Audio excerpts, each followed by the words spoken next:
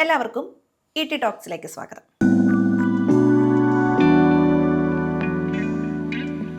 നമ്മൾ 2026 ജീവിക്കുന്നത്. നമ്മളുടെ ഫോണിലൊന്ന് വിരൽ തൊട്ടിട്ടുണ്ടെങ്കിൽ പണം നിക്ഷേപിക്കാൻ നിരവധി AI ആപ്പുകളും അൽഗോരിതങ്ങളുമുണ്ട്. എന്നിട്ടും 90% ട്രേഡർമാർക്കും എങ്ങനെയാണ് പണം നഷ്ടമാകുന്നത്? സാങ്കേതിക വിദ്യ ഇത്രയധികം വളർന്നിട്ടും നമ്മൾ എവിടെയാണ് തോറ്റുപോകുന്നത്? AI നമ്മുടെ ബുദ്ധിയെ സഹായിക്കുകയാണോ അതോ അമിത ആത്മവിശ്വാസത്തിലേക്ക് നമ്മളെ തള്ളിവിടുകയാണോ എന്നതാണ് ഇന്ന് ഇ.ടി. ടോക്സിൽ ചർച്ച ചെയ്യുന്നത്. പണ്ട് വലിയ കമ്പനികൾക്ക് മാത്രം ലഭ്യമായിരുന്ന അൽഗോരിതങ്ങളും അനാലിസിസും ഇന്ന് സാധാരണക്കാർക്കും ലഭ്യമാണ്. ഇത് ഒരു പരിധിവരെ നമുക്ക് കുറേയധികം സഹായകരമാകുന്ന ഒന്നല്ലേ? ആണ്, തീർച്ചയായിട്ടും ഗുണകരമായ കാര്യമാണ്. NSEയുടെ കഴിഞ്ഞ വർഷത്തെ കണക്ക് നോക്കുകയാണെങ്കിൽ 40% റീറ്റെയിൽ ഇൻവെസ്റ്റേഴ്സ് എന്ത് ചെയ്തിട്ടുണ്ട്, ഇത്തരത്തിലുള്ള അൽഗോ ട്രേഡിങ്ങിലേക്ക് മാറിയിട്ടുണ്ട്. പലപ്പോഴും എവിടെയാണ് തെറ്റുപറ്റുന്നതെന്ന് വെച്ച് കഴിഞ്ഞാൽ ഈ അൽഗോ ട്രേഡിങ്ങിനെ ഓവറായിട്ട് ആശ്രയിച്ച് ട്രേഡിംഗ് നടത്തുന്നതാണ് പലപ്പോഴും തെറ്റുപറ്റുന്നത്. നമ്മൾ നേരത്തെ പറഞ്ഞ പോലെ അറിവാണ് ആയുധം. ഈ അറിവില്ലാതെ നമ്മൾ വെറും മെഷീന് മാത്രം ആശ്രയിക്കരുത്. ഞാൻ 2 ഉദാഹരണങ്ങൾ പറയാം. ഒന്ന്, നമ്മൾ ഗൂഗിൾ മാപ്പ് നോക്കിയാണല്ലോ യാത്ര ചെയ്യുക. അപ്പോൾ ഗൂഗിൾ മാപ്പ് നോക്കി യാത്ര ചെയ്യുമ്പോൾ ഗൂഗിൾ മാപ്പ് ഒരിക്കലും എന്ത് പറഞ്ഞിരുന്നില്ല, അവിടെ കുണ്ടുണ്ട്, ഇവിടെ കുഴിയുണ്ട്, ഇതൊന്നും പറഞ്ഞിരുന്നില്ല. പക്ഷേ ഗൂഗിൾ മാപ്പിനെ ബേസ് ചെയ്തിട്ടാണ് നമ്മുടെ ട്രിപ്പ് മുഴുവൻ പോകുന്നത്, അല്ലേ? അപ്പോൾ നമ്മുടെ ഈ അൽഗോ ടൂളുകളും ഈ AI ടൂളുകളും ഗൂഗിൾ മാപ്പായിട്ട് കണക്കാക്കിയാൽ മതി. പക്ഷേ നമ്മൾ അന്ധമായിട്ട് ഗൂഗിൾ മാപ്പിനെ ഫോളോ ചെയ്ത് പോയാൽ ചിലപ്പോൾ നമ്മൾ പത്രത്തിൽ കാണാറുണ്ട് എന്ത് തോട്ടിൽ വീണു, കിണറിൽ വീണു എന്നൊക്കെ. കാരണം നമ്മൾ മാപ്പിനെ മാത്രം ആശ്രയിച്ച് പോകുന്നു. അപ്പോൾ ഇവിടെ പറയുന്നത് ഈ അൽഗോ ടൂളുകളും AI ടൂളുകളും വേണ്ട എന്നല്ല, നമ്മൾ എന്ത് ചെയ്യണം, അവിടെ നമ്മളെ ലോജിക്ക് കൂടി അല്ലെങ്കിൽ അറിവ് കൂടി അപ്ലൈ ചെയ്യണം. അപ്പോൾ നമുക്കറിയാം ഇന്ന സ്ഥലത്ത് ഹമ്പുണ്ട്. സ്ഥിരമായിട്ട് ഇപ്പോൾ ഞാൻ വീട്ടിലേക്ക് പോകുന്ന എനിക്ക് ഗൂഗിൾ മാപ്പിൻ്റെ ആവശ്യമില്ല, ഞാൻ പോയാൽ മതി. അപ്പോൾ എനിക്ക് എക്സ്പീരിയൻസ് ഉണ്ട്. പക്ഷേ അറിയാത്ത സ്ഥലങ്ങളിലേക്കാണല്ലോ. അപ്പോൾ നമുക്ക് ഓഹരി വിപണിയിൽ എന്ന് വെച്ചാൽ അനുദിനം കാര്യങ്ങൾ പഠിക്കാനുണ്ട്. തീർച്ചയായിട്ടും നമുക്ക് എത്ര അറിവുണ്ടെന്ന് പറഞ്ഞു കഴിഞ്ഞാലും നമുക്ക് നിരന്തരം കാര്യങ്ങൾ അനലൈസ് ചെയ്യേണ്ടതുണ്ട്. അപ്പോൾ ഈ അനലൈസ് ചെയ്ത് നമ്മൾ പോകുമ്പോൾ നമ്മൾ ഈ ടൂളുകൾ നമുക്ക് എന്ത് ചെയ്യാം, മാപ്പ് പോലെ ഉപയോഗിക്കാം. മാപ്പ് പോലെ ഉപയോഗിച്ചാൽ പോലും നമ്മളെ എന്ത് ചെയ്യണം, നമ്മൾ നല്ലതുപോലെ ശ്രദ്ധയോടുകൂടി നോക്കണം. റോഡിൽ കുഴിയുണ്ടോ ഹമ്പുണ്ടോ എന്നൊക്കെ നോക്കണം. ഈ ഒരു ശ്രദ്ധ മാത്രമാണ് വേണ്ടത്. ഞാൻ വേറൊരു ഉദാഹരണം കൂടി പറയാം. ഒരു ഹോസ്പിറ്റലിൽ ഒരു പുതിയ പരസ്യം നൽകി. ആ പരസ്യം എന്താണെന്ന് വെച്ച് കഴിഞ്ഞാൽ, നിങ്ങൾ രോഗലക്ഷണങ്ങൾ പറഞ്ഞു കഴിഞ്ഞാൽ AI സഹായത്തോടു കൂടി രോഗം നിർണ്ണയിക്കും. ഇതാണ് സംഭവം. അങ്ങനെ ഒരു വിശകലനം നടത്തി രോഗം നിർണ്ണയിക്കുന്ന ഒരു ആശുപത്രിയിലേക്ക് എത്ര പേര് പോകും? അല്ലെങ്കിൽ അതെന്താ ചെയ്യുക? പ്രധാനത്തിന് ലക്ഷണങ്ങൾ പറഞ്ഞു കൊടുത്താൽ AI അസുഖം പറയും. പക്ഷെ അങ്ങനെയല്ല ചെയ്യുക. ഡോക്ടർ എന്ത് ചെയ്യും? ഡോക്ടർക്ക് ഇത്രയും കാലത്തെ ഒരു അനുഭവ പരിചയമുണ്ട്. 1. 2, ഡോക്ടർ എന്ത് ചെയ്യും? രോഗിയുടെ മെഡിക്കൽ ഹിസ്റ്ററി ചെക്ക് ചെയ്യും. 3, ഡോക്ടർ രോഗിയുടെ ശരീരം പരിശോധിക്കും. എന്നിട്ട് AIയുടെ റിപ്പോർട്ടും കൂടി പരിഗണിച്ചിട്ടാണ് ഡോക്ടർ മരുന്ന് എഴുതുള്ളൂ, അല്ലേ? അപ്പോൾ അത്രയും നേരെ മറിച്ച് എല്ലായിടത്തും ഇങ്ങനെ 2-3 കിയോസ്ക് ഒക്കെ വെച്ചിട്ട് നിങ്ങൾ പോയിട്ട് അവിടെ പോയിട്ട് നിങ്ങളുടെ രോഗലക്ഷണങ്ങൾ പറയുന്നു, അപ്പുറത്ത് മരുന്ന് വരുന്നു, മരുന്നെടുത്ത് പോരാമെന്നാണെങ്കിൽ ആരെങ്കിലും അതിന് വിശ്വസിക്കുമോ? ഇല്ല. പണി കിട്ടാൻ സാധ്യതയുണ്ട്. ചിലപ്പോൾ എന്തായിരിക്കും, റോങ് ആയിട്ട് ഡയഗ്നോസ് ചെയ്തിട്ട് നമുക്ക് തെറ്റായ സാധനങ്ങൾ വന്നേക്കാം. അപ്പോൾ എന്ത് പ്രധാനത്തിന് ഒരു സ്കാൻ ചെയ്യുകയാണെങ്കിൽ പോലും മെഷീൻ സ്കാൻ ചെയ്തിട്ട് അതിൽ റിപ്പോർട്ടിൽ എല്ലാ കാര്യങ്ങളും മെൻഷൻ ചെയ്തിട്ടുണ്ടെങ്കിൽ പോലും തീരുമാനം ആരെ എടുക്കുള്ളൂ? ഡോക്ടറെ എടുക്കുള്ളൂ. ഡോക്ടർ പേഷ്യൻ്റെ ശരീരം പരിശോധിച്ച് മെഡിക്കൽ ഹിസ്റ്ററി നോക്കി അയാളുടെ ഇത്രയും കാലത്ത് അനുഭവ സമ്പത്തുനിന്ന് വരുന്ന കാര്യങ്ങളും കൂടി അപ്ലൈ ചെയ്തിട്ടാണ് അയാൾ എന്ത് ചെയ്യുന്നത്, പനിയാണ്, ഡോളോ 650 കുടിക്കണമെന്ന് പറയുന്നത്. തീർച്ചയായിട്ടും ഈ പ്രോസസ്സ് അവിടെ ഇല്ലെങ്കിൽ ചിലപ്പം തെറ്റുപറ്റാനുള്ള സാധ്യതയുണ്ട്. അപ്പോൾ ഈ ഒരു സംഗതി നമ്മൾ എപ്പോഴും എന്താലോചിച്ചാൽ മതി, നമ്മുടെ അൽഗോ അല്ലെങ്കിൽ AI ടൂളുകൾ ഉപയോഗിക്കുമ്പോൾ ആലോചിച്ചാൽ മതി. ഇവിടെ നമ്മൾ മനസ്സിലാക്കേണ്ടത് AI ടൂളുകൾ സജസ്റ്റ് ചെയ്യുന്ന കാര്യങ്ങളെ നമ്മൾ എന്ത് ചെയ്യണം, മാർക്കറ്റ് കണ്ടീഷൻ വെച്ചിട്ട് മെഷർ ചെയ്യണം. അതുപോലെ തന്നെ എനിക്ക് എത്രമാത്രം റിസ്ക് എടുക്കാൻ പറ്റുന്നില്ല എനിക്ക് മാത്രമല്ലേ അറിയുള്ളൂ. അപ്പോൾ അത് വെച്ചിട്ട് ഞാൻ എന്ത് അനലൈസ് ചെയ്യണം. അപ്പം അൽഗോ പറഞ്ഞിരിക്കുന്നത് നിങ്ങൾ 100 സ്റ്റോക്ക് വാങ്ങണം, അല്ലെങ്കിൽ ഇത്ര സ്റ്റോക്ക് ഇത്ര പൈസയ്ക്ക് വാങ്ങണം എന്നാണെങ്കിൽ അത് ആ ഒരു റിസ്ക് എടുക്കാനുള്ള എനിക്ക് കപ്പാസിറ്റി ഉണ്ടോ എന്ന് എന്ത് ചെയ്യും, ഞാൻ തിരിച്ചറിയണം. പിന്നെയോ നമ്മുടെ പോർട്ട്ഫോളിയോയിൽ എന്തൊക്കെ സ്റ്റോക്ക് ഉണ്ടെന്ന് നമുക്കറിയണം. അല്ലെങ്കിൽ എന്താണ്, എല്ലാം കൂടി ഒന്നിലായി നിക്ഷേപമായി പോകും. അപ്പം പോർട്ട്ഫോളിയോ ബാലൻസ് ചെയ്യാൻ നമ്മൾ തീരുമാനിക്കണം. വളരെ സിമ്പിളായിട്ട് പറയുകയാണെങ്കിൽ, എങ്ങനെയാണോ മാപ്പ് ഉപയോഗിക്കുന്നത്, എങ്ങനെയാണോ ഡോക്ടർ നമ്മുടെ മറ്റ് മെഡിക്കൽ റിപ്പോർട്ടുകൾ നോക്കിയിട്ടാണ് തീരുമാനം എടുക്കുന്നത്, അതുപോലെ നമ്മൾ AI ടൂളുകളും അതുപോലെ അൽഗോ ടൂളുകൾ ഉപയോഗിക്കാം. പക്ഷെ ഉപയോഗിച്ച് അതിനെ അന്ധമായിട്ട് ഫോളോ ചെയ്യരുത്. നമ്മൾ നമ്മുടേതായ ലോജിക്ക് കൂടി അപ്ലൈ ചെയ്യണം. ആദ്യം ട്രേഡിംഗ് നടത്തുമ്പോൾ നമുക്കൊരു ടെൻഷൻ തോന്നുമെങ്കിലും പിന്നെ ട്രേഡിംഗ് നടത്തി നമുക്കൊരു ഓവർ കോൺഫിഡൻസിലേക്ക് എത്തുമല്ലോ. ഈ ഓവർ കോൺഫിഡൻസ് പണം നഷ്ടമാകാനും കാരണമാകും. ഇതിന്റെ പിന്നിലെ മനഃശാസ്ത്രം എന്ന് പറയും. ഇതിൽ സാമ്പത്തികത്തിൽ പറയുന്ന ഒരു പേരുണ്ട്, ഓട്ടോമേഷൻ ബയാസ് എന്ന് പറയും. അതാണ് അതിൻ്റെ ഏറ്റവും വലിയ കാര്യം. എന്ന് വെച്ചാൽ മെഷീനെ 100% വിശ്വസിക്കുക.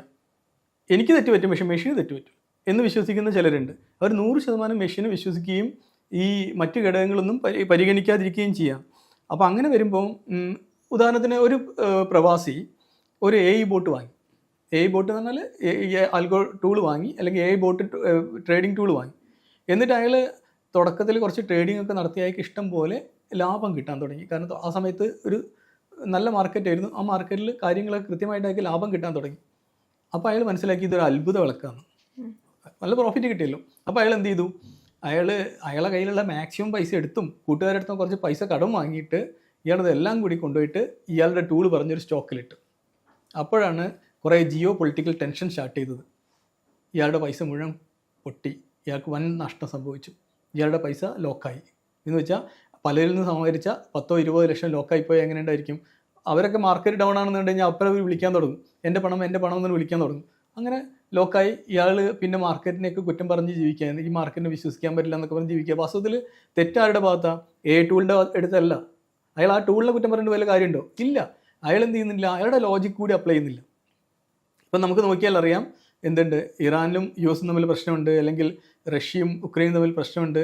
ഇത് നിലവിലുള്ള പ്രശ്നമായതുകൊണ്ട് ഒരു പക്ഷേ ഈ അൽഗോ AI ടൂളുകൾ ഇത് പരിഗണിച്ചിട്ടുണ്ടായിരിക്കും. പക്ഷേ പുതിയൊരു ഇഷ്യൂ സ്റ്റാർട്ട് ചെയ്താൽ എങ്ങനെ ഉണ്ടായിരിക്കും? ഇത് AI ടൂളിൽ എത്താൻ കുറച്ച് സമയം എടുക്കും. ആ സമയം നമുക്കറിയാം, മാർക്കറ്റ് ഇപ്പോൾ ലൈവായി നടക്കുന്ന സമയത്താണ് എവിടെയും ഒരാൾ ബോംബ് ഇട്ടതെങ്കിൽ, ഏതെങ്കിലും രാജ്യത്ത് ബോംബ് ഇട്ടതെങ്കിൽ ടെൻഷൻ വന്ന് നമുക്കറിയാം. പക്ഷേ ഇത് AIക്ക് എത്താൻ കുറച്ച് സമയം എടുക്കും. അപ്പോൾ അല്ലെങ്കിൽ ഇത് അനലൈസ് ചെയ്ത് ഇവരുടെ ഈ ഒരു റൂളുകളുണ്ടല്ലോ, അൽഗോ റൂളുകളിൽ ആഡ് ചെയ്യാൻ കുറച്ച് സമയം എടുക്കും. സ്വാഭാവികമായിട്ടും നമ്മുടെ തീരുമാനം തെറ്റും.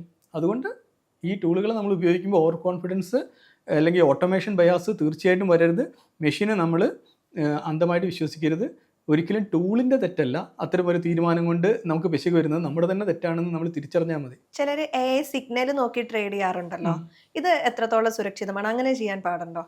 ഇത് വലിയൊരു ചതിക്കുഴിയാണ്. കാരണം സെബി നിരവധി തവണ വാണിംഗ് കഴിഞ്ഞ 2-3 വർഷങ്ങളായി കൊടുക്കുന്നുണ്ട്. ഇത് തുടങ്ങിയ AI സജീവമായ സമയം തൊട്ടേ കൊടുക്കുന്നുണ്ട്. അവർ പറയുന്നത് അൺരജിസ്റ്റേർഡ് ആയ ഇത്തരം AI സിഗ്നൽ പ്രൊവൈഡേഴ്സിൻ്റെ അടുത്ത് പോകരുത്. അൺരജിസ്റ്റേർഡ് ആയ AI സിഗ്നൽ പ്രൊവൈഡേഴ്സിൻ്റെ അടുത്ത് പോയി കഴിഞ്ഞാൽ അവർ പലപ്പോഴും സോഷ്യൽ മീഡിയയിലൊക്കെ കാണാം, വളരെ മനോഹരമായ പരസ്യം കാണാം, 90% അക്യുറസി, നിങ്ങൾ പണം ഇട്ടാൽ എത്ര കിട്ടും അത്ര കിട്ടും എന്നൊക്കെ പറയും. ഒരിക്കലും ആർക്കും ഇങ്ങനത്തെ ഗ്യാരണ്ടി ഒന്നും നൽകാൻ പറ്റില്ല. ഇത്രയും അക്യുറസി പറഞ്ഞുകൊണ്ട് നടത്തുന്ന പല പരസ്യങ്ങളും തട്ടിപ്പാണ്, പെട്ടുപോകാൻ സാധ്യതയുണ്ട്. എസ്പെഷ്യലി സെബി രജിസ്റ്റേർഡ് അല്ലാത്ത സ്ഥാപനങ്ങൾ നടത്തുന്ന തട്ടിപ്പ്. നമ്മുടെ വാരൻ ബഫറ്റ് ഇല്ലേ, ലോകപ്രസിദ്ധ നിക്ഷേപകൻ, അയാൾ പറയുന്ന വാക്കുകൾ നോക്കുകയാണെങ്കിൽ, നിങ്ങൾ എപ്പോഴാണോ സ്റ്റോക്ക് മാർക്കറ്റിൽ പണം ഉണ്ടാക്കുക എന്ന ലക്ഷ്യത്തോടു കൂടി വരുന്നത്, നിങ്ങൾക്ക് പണം പോകാനുള്ള സാധ്യത കൂടുതലാണ്. എന്നാൽ നിങ്ങൾ എപ്പോഴാണോ സ്റ്റോക്ക് മാർക്കറ്റിനെ കുറിച്ച് പഠിക്കാൻ വേണ്ടി, അല്ലെങ്കിൽ ഓഹരി വിപണിയെക്കുറിച്ച് പഠിക്കാൻ വേണ്ടി നിങ്ങൾ വരുന്നത്, അപ്പം നിങ്ങളുടെ കൂടെ പണവും വന്നോളും. അപ്പം എനിക്കിപ്പം തന്നെ കോടീശ്വരനാവണമെന്ന് കരുതി സ്റ്റോക്ക് മാർക്കറ്റിലേക്ക് ഇറങ്ങി വരുന്നത് പൊട്ടത്തരമാണ്. മറിച്ച് അറിവുണ്ടാക്കാൻ വേണ്ടി ശ്രമിക്കുക, ഓരോ കാര്യങ്ങൾ പുതുതായിട്ട് പഠിക്കാൻ വേണ്ടി ശ്രമിക്കുക. നിങ്ങൾ ആ അറിവുണ്ടാക്കുന്നതോടൊപ്പം തന്നെ നിങ്ങളുടെ പണവും കൂടി വന്നോളും. അല്ലാണ്ട് ഈ ഏതെങ്കിലും ടൂളുകൾ കണ്ട് എല്ലാം റെഡിമെയ്ഡായി ചെയ്യാമെന്ന് കരുതിയിട്ട് ആരെങ്കിലും ഓഹരി വിപണിയിലേക്ക് വരുന്നുണ്ടെങ്കിൽ അത് തെറ്റാണ്. നമ്മൾ ടെക്നോളജി ഉപയോഗിക്കുന്നുണ്ട്, അതോടൊപ്പം തന്നെ നമ്മുടെ പണം പോകാതിരിക്കാൻ വേണ്ടി നമ്മൾ ഉപയോഗിക്കേണ്ട ചില പ്രായോഗിക ടെക്നിക്കുകൾ അങ്ങനെ എന്തെങ്കിലും ഉണ്ടോ? അത് ഓരോരുത്തർക്കും ഓരോ ടെക്നിക്ക് ഇടാം. ഉദാഹരണത്തിന് നമുക്ക് എടുക്കാവുന്ന 2-3 കാര്യങ്ങൾ ഞാൻ പറയാം. ഒന്ന്, നമ്മുടെ കയ്യിൽ എത്ര പണമുണ്ട്, ആ പണത്തിൻ്റെ 2% മാത്രമേ ഞാൻ ഒറ്റ ട്രേഡിങ്ങിൽ ഇടൂ എന്ന് തീരുമാനിക്കാം. അപ്പോൾ ആ ഒരു എമൗണ്ട് ഞാൻ ഒറ്റ ട്രേഡിങ് നടത്തുള്ളൂ എന്ന് തീരുമാനിക്കുക. അത് വളരെ ഈസി ആയിട്ട് സംഗതിയാണ്. അല്ലെങ്കിൽ നമുക്ക് അതിപ്പോൾ ഓരോ വ്യക്തിയുടെ കപ്പാസിറ്റിക്ക് അനുസരിച്ച് മാറ്റാം. ഉദാഹരണത്തിന് ഞാൻ തീരുമാനിക്കുന്നത് എൻ്റെ അടുത്ത് മൊത്തമുള്ള പണം 1 ലക്ഷമാണ്, ഇതിൻ്റെ 10% മാത്രമേ ഞാൻ എപ്പോഴും ഒറ്റ ട്രേഡിങ് നടത്തൂ. എന്ന് വെച്ചാൽ ഞാൻ ഏത് സ്റ്റോക്ക് വാങ്ങുകയാണെങ്കിലും അത് 10%-നുള്ളിലേ വാങ്ങും. അപ്പോൾ ഞാൻ എത്രയ്ക്ക് വാങ്ങുള്ളൂ? എൻ്റെ സ്റ്റോക്ക് 10,000 രൂപയ്ക്കേ വാങ്ങുള്ളൂ. എന്നോട് എന്ത് അൽഗോയോ എന്നോട് AI ടൂളോ പറഞ്ഞിട്ട് കാര്യമില്ല, ഈ 10,000 രൂപയ്ക്ക് വാങ്ങാൻ പറ്റുന്ന കാര്യം ഞാൻ വാങ്ങുള്ളൂ. പിന്നെ വേറൊരു കാര്യം ഞാൻ തീരുമാനിക്കുന്നത് എന്താണെന്ന് വെച്ച് കഴിഞ്ഞാൽ 7% അപ്പ് ആയാലും ഡൗൺ ആയാലും ഞാൻ വിൽക്കും. അപ്പോൾ അത് നമ്മുടെ ലോജിക്കാണ്. നമ്മൾ അതിന് മെഷീനെ ആശ്രയിക്കുന്നില്ല. നമ്മൾ എൻ്റെ സ്റ്റോക്ക് അല്ലെങ്കിൽ 5% അപ്പ് ആയാലും ഡൗൺ ആയാലും വിൽക്കും. ആ രീതിയിൽ എടുക്കാം. ഞാനൊരു കാലത്ത് കീപ്പ് ചെയ്തിരുന്ന ഒരു റൂളായിരുന്നു, ചിലർ കളിയാക്കുമെങ്കിൽ പോലും 1000 രൂപ പ്രോഫിറ്റ് കിട്ടിയാൽ ഞാൻ വിൽക്കും, എന്തായാലും വേണ്ടില്ല. ഞാൻ വേറെ ഒന്നും നോക്കില്ല, മാർക്കറ്റിൽ 1000 രൂപ കിട്ടിയേ വിൽക്കും. ചിലപ്പോൾ ഒരു ദിവസം ഈ ട്രേഡിംഗ് ചാർജൊക്കെ നോക്കുകയാണെങ്കിൽ നഷ്ടമാണ്. പക്ഷെ എന്നാലും അങ്ങനെ സമയത്ത് എനിക്ക് ഭയങ്കര കോൺഫിഡൻസ് ആയിരുന്നു, എനിക്ക് അധികം നോക്കണ്ട, 1000 രൂപയെ കഴിഞ്ഞ് വിറ്റു. പിറ്റേന്ന് ചിലപ്പോൾ അത് 10,000 ലാഭമായിട്ടുണ്ട്. പക്ഷേ ഞാൻ നോക്കൂല, 1000 രൂപയാണെങ്കിൽ 1000 രൂപ കഴിഞ്ഞ് വിറ്റ്. അപ്പോൾ അത് ചിലരൊക്കെ പറയും പൊട്ടത്തരാന്ന്. പക്ഷേ ഞാനിപ്പോൾ അത് എത്രയാക്കി മാറ്റിയെന്നറിയോ? 4000 ആക്കി മാറ്റി. വാങ്ങുന്നത് 4000 രൂപ കടന്നാൽ അപ്പം ഞാൻ വിൽക്കും. അപ്പോൾ ആ രീതിയിലേക്ക് ആക്കി മാറ്റുന്നുണ്ട്. അപ്പോൾ നമുക്ക് സൗകര്യപ്രദമായ ഓരോ റൂളുകൾ ഉണ്ടാക്കിയെടുക്കാൻ പറ്റും. അപ്പോൾ ഈ വേറൊരു കാര്യം എന്ന് പറയുന്നത് AI ഡാറ്റ നോക്കുന്നതിൽ തെറ്റില്ല. ആ AI ഡാറ്റ നോക്കുന്നതെന്ന് പറഞ്ഞാൽ AI ഡാറ്റ എപ്പോഴും ഒരു വെളിച്ചം പോലെ, ഒരു ലൈറ്റ് ഹൗസ് പോലെ നോക്കണം. എന്നിട്ട് നമ്മൾ ആ സ്റ്റോക്കിൻ്റെ ടെക്നിക്കലായും ഫണ്ടമെൻ്റലായ കാര്യങ്ങളും മനസ്സിലാക്കിയിട്ട് തീരുമാനം നമ്മുടേതായിരിക്കും. AI പറഞ്ഞ തീരുമാനം ചിലപ്പോൾ ശരിയായിരിക്കാം. ഇപ്പോൾ AI പറഞ്ഞിരിക്കുന്നത് ടാറ്റ സ്റ്റീൽ വാങ്ങാനാണെങ്കിൽ നമ്മൾ എന്ത് ചെയ്യണം? ടാറ്റ സ്റ്റീൽ എന്ന് പറയുന്ന ഓഹരിയെക്കുറിച്ച് പഠിച്ച് ആ ഓഹരിയുടെ ടെക്നിക്കലും അതുപോലെ തന്നെ ഫണ്ടമെൻ്റലുമായ കാര്യങ്ങളൊക്കെ നോക്കിയിട്ട് ആ തീരുമാനം ശരിയാണെന്ന് നമ്മൾ ഉറപ്പാക്കണം. പിന്നെ മൂന്നാമതൊരു പോയിന്റ് നമുക്ക് ചെയ്യാവുന്നത്, ചിലത് ചെയ്യാൻ തുടങ്ങും പക്ഷെ പൂർത്തിയാക്കാത്തൊരു കാര്യം പറയാം. നമുക്കൊരു ശരിക്കൊരു ട്രേഡിംഗ് ജേണൽ വേണം. എങ്ങനെയാണെന്ന് വെച്ച് കഴിഞ്ഞാൽ, നമ്മളൊരു സ്റ്റോക്ക് അത് എത്രയ്ക്ക് വാങ്ങി, എത്രയ്ക്ക് വിറ്റു, ഇനി നമ്മൾ ഈ അൽഗോ ടൂളുകൾ, AI ടൂളുകൾ ഉപയോഗിക്കുകയാണെങ്കിൽ AI ടൂൾ എന്താണ് പറഞ്ഞത്, എത്രയ്ക്ക് വാങ്ങാനാണ് പറഞ്ഞത്, എത്രയ്ക്ക് വിൽക്കാനാണ് പറഞ്ഞത്, നിങ്ങൾ എത്രയ്ക്കാണ് വാങ്ങിയത്, നിങ്ങൾ എത്രയ്ക്കാണ് വിറ്റത്, എന്നിട്ട് നിങ്ങളുടെ ഒരു കമൻറ്റും കൂടി. അപ്പോൾ നമ്മൾ വാങ്ങുന്ന ഓരോ വാങ്ങലും വിൽക്കലും ഇത്തരം ഒരു റെക്കോർഡാക്കി നമുക്ക് മാറ്റാൻ പറ്റുമെങ്കിൽ സ്വാഭാവികമായിട്ടും ഒരു മാസമോ 2 മാസം നമ്മളിത് ചെയ്യുമ്പോൾ നമ്മൾ നോളജാണ് ആർജിക്കുന്നത്, മാർക്കറ്റിൽ അറിവാണ് ആർജിക്കുന്നത്. ഈ അറിവ് ബെറ്റർ ജഡ്ജ്മെൻറ്റിലേക്ക് നമ്മൾ നയിക്കും. അപ്പോൾ ഭാവിയിൽ നമുക്ക് അൽഗോയും അതുപോലെ നമുക്ക് AI ടൂളുകൾ ഉപയോഗിക്കാം. പക്ഷേ ഓരോ സമയത്തും ആ ടൂളുകൾ സജസ്റ്റ് ചെയ്യുന്ന കാര്യങ്ങൾ കാണുമ്പോൾ നമുക്ക് കൂടുതൽ നല്ല തീരുമാനങ്ങൾ എടുക്കാൻ സഹായിക്കും. അപ്പോൾ അറിവാണല്ലോ എപ്പോഴും, അറിവാണ് ആയുധമായിട്ട് മാറേണ്ടത്. ഈ അറിവുണ്ടെങ്കിൽ മാത്രമേ നമുക്ക് നല്ല തീരുമാനങ്ങൾ എടുക്കാൻ പറ്റൂ.